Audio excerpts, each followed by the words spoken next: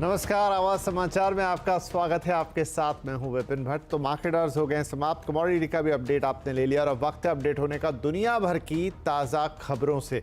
तो क्या कुछ घटा है दुनिया में नया ताज़ा और आपको क्या जानने की ज़रूरत है, आपको बताएंगे अगले आधे घंटे में। शुरुआत करते हैं इस वक्त की बड़ी हेडलाइंस के साथ। बायकॉट कैंपेन के बीच झुकी मालदीव सरकार, प्रधानमंत्री मोदी पर टिप्पणी करने वाले तीनों deputy minister suspend, damage control में जुटे प्रेसिडेंट मुइज़ू की सरकार। बिल्किस बानो के मुजरिम फिर से जाएंगे जेल, सजा माफी को सुप्रीम कोर्ट ने किया रद्द। कहा गुजरात सरकार को माफी देने का हक नहीं क्योंकि महाराष्ट्र में चला था मुकदमा। हफ्ते के पहले दिन बाजार में बिकवाली, सेंसेक्स 670 अंक तो निफ्टी 200 अंक गिरकर बंद। एफएमसीजी, मेटल, बैंकिंग शेयरों में आज रहा दबाव, फार्मा, आईटी, ऑटो पर भी बिकवाली की मार। दिसंबर में भी इक्विटी म्यूचुअल फंड्स में भारी निवेश जारी, नवंबर के मुकाबले करीब 10% का उछाल। स्मॉल कैप फंड्स में जोरदार निवेश जारी, रिकॉर्ड ऊंचाई पर एसआईपी। ई सिम के जरिए साइबर फ्रॉड पर सरकार का एक्शन, 2 ऐप्स को कराया बंद, बिना वेरिफिकेशन कॉलिंग और इंटरनेट डेटा की फैसिलिटी देते हैं ई सिम ऐप्स। वाइब्रेंट गुजरात के दौरान रात को होगा दिवाली का नजारा, अहमदाबाद एयरपोर्ट से गांधीनगर तक जबरदस्त लाइटिंग, मुख्यमंत्री भूपेंद्र पटेल ने लिया तैयारियों का जायजा। और गोल्डन ग्लोब अवार्ड्स में ओपेनहाइमर का जलवा, बेस्ट फिल्म और बेस्ट डायरेक्टर समेत कुल 5 पुरस्कार जीते। बार्बी को मिला बॉक्स ऑफिस अचीवमेंट अवार्ड।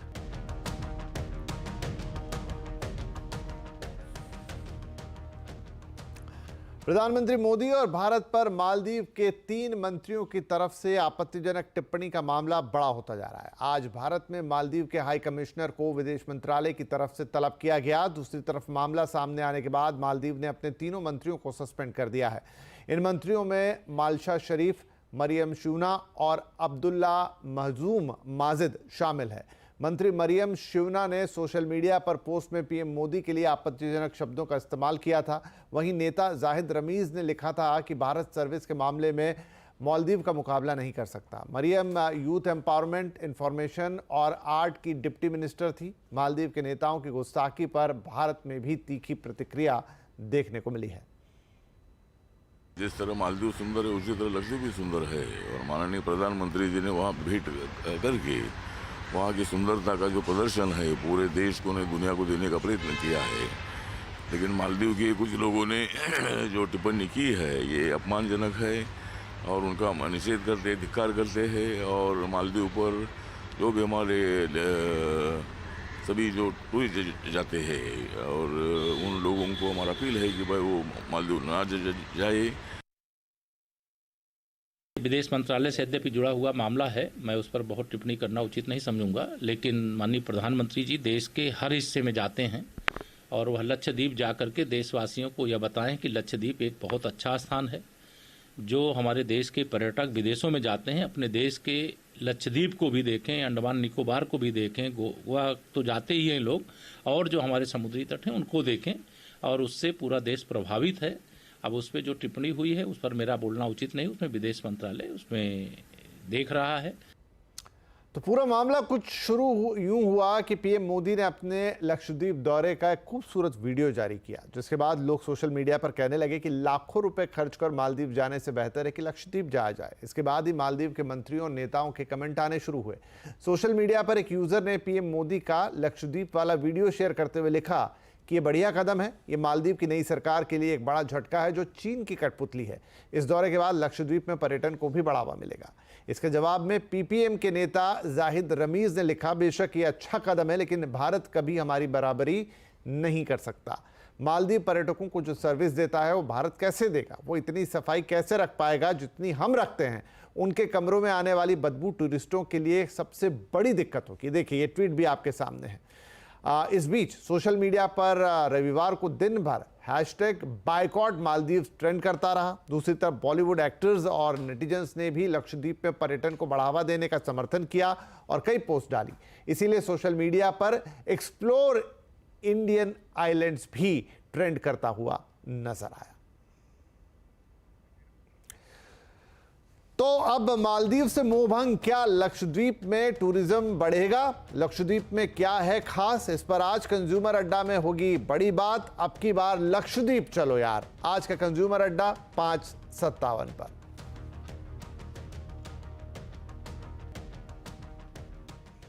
आज की दूसरी बड़ी खबर, बिल्किस बानो केस में सुप्रीम कोर्ट ने एक बड़ा फैसला सुना दिया है। सुप्रीम कोर्ट ने गुजरात सरकार के फैसले को गलत ठहराया है।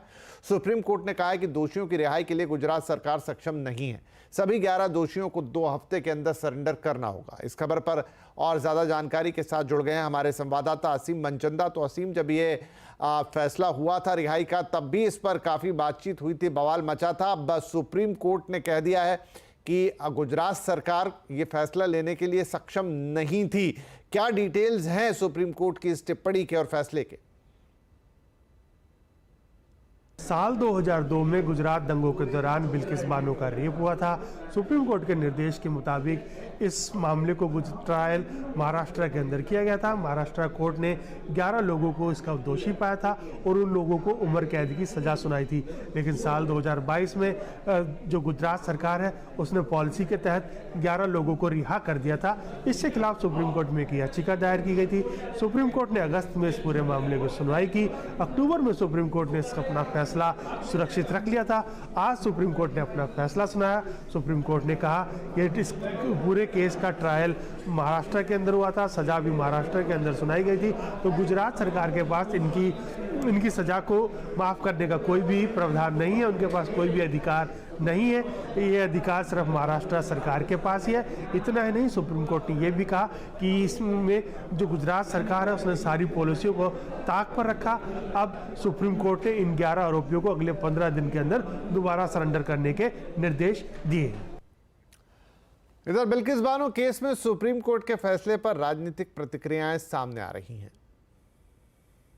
पार्डन इनको दी गई थी, जो राहत इन्हें दी गई थी हत्यारों को, बलात्कारियों को, उसके बाद एक पार्टी से जुड़े हुए लोगों ने उनका माल्यार्पण किया, उनका स्वागत किया। यह देखकर रोंगटे खड़े हो जाते थे कि इस देश में आजादी के 75 साल बाद जब हम अमृत महोत्सव मना रहे हैं तब भी ऐसा संभव है। आज सुप्रीम कोर्ट ने हमारी आस्था भारत के संविधान पर, भारत के कानून पर, न्यायपालिका पर फिर से स्थापित कर दी है। उसके लिए हम सुप्रीम कोर्ट का कोटि कोटि धन्यवाद देते हैं। सुप्रीम कोर्ट के इस फैसले की जितनी भी सराहना की जाए उतनी कम है। नारी शक्ति का इतना क्रूर अपमान कभी नहीं हुआ जितना बिल्किस बानो मामले में हुआ। किस तरह से एक प्रेग्नेंट औरत को किस तरह से सामूहिक बलात्कार का शिकार बनाया गया और उसके जो अभियुक्त थे कैसे उनको क्षमादान किया गया। ये नारी जो शक्ति है, जो नारी हमारी प्रेरणा की स्रोत है, ये उसका सबसे बड़ा अपमान है।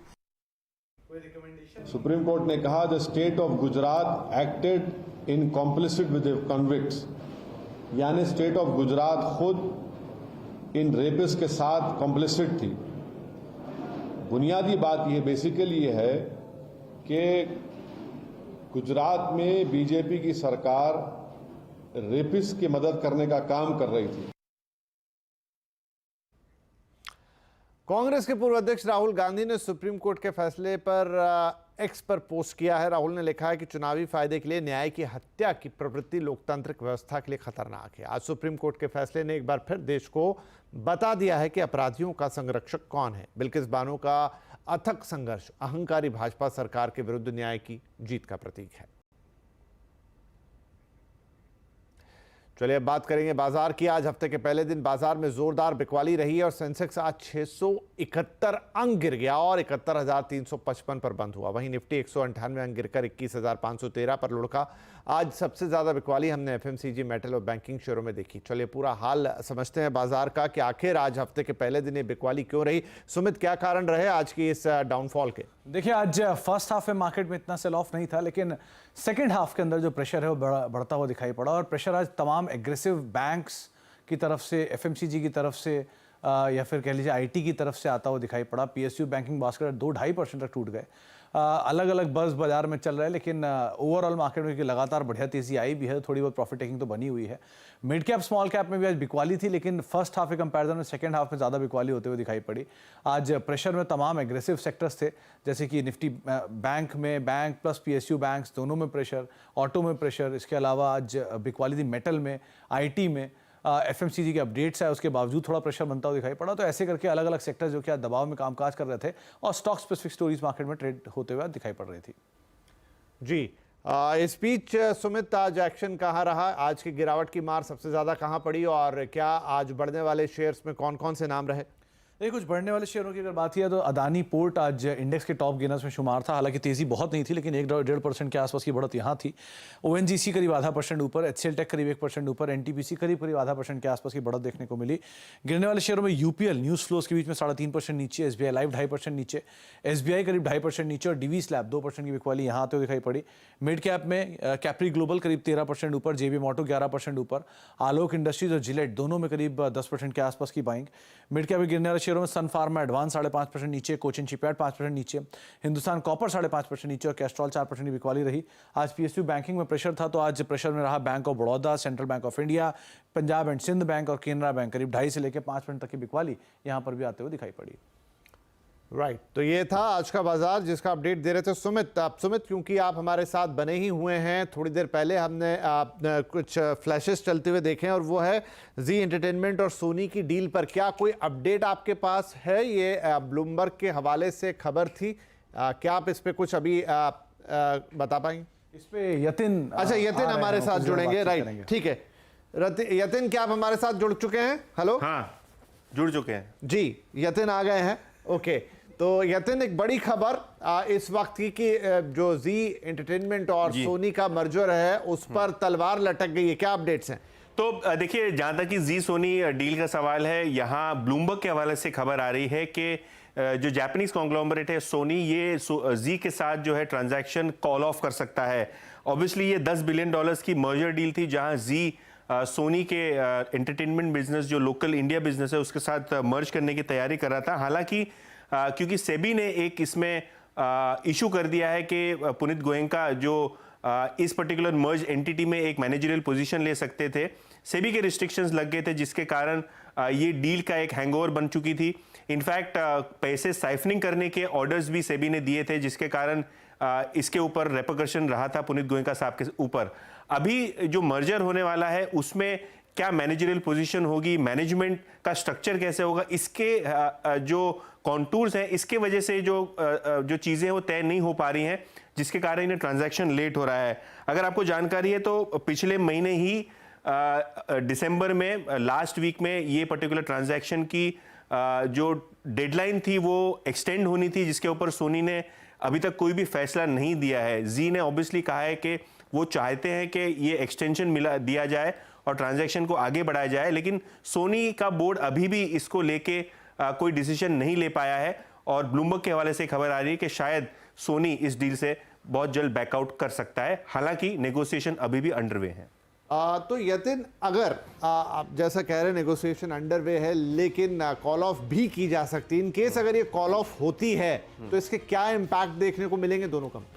तो देखिए, जी की अगर हम बात करें तो ऑब्वियसली मार्केट ये चीज़ फैक्टर इन कर रहा है कि सोनी ये मर्जर के बाद एक मैनेजमेंट मेजॉरिटी पोजीशन में होगा, नंबर 1। नंबर 2, एक मेजॉरिटी शेयर होल्डर भी होगा। मोस्ट इंपॉर्टेंटली सोनी की एक कॉर्पोरेट गवर्नेंस की स्टैंडर्ड है और वो नया पैसा भी निवेश करने वाले हैं ये मर्ज्ड एंटिटी के अंदर।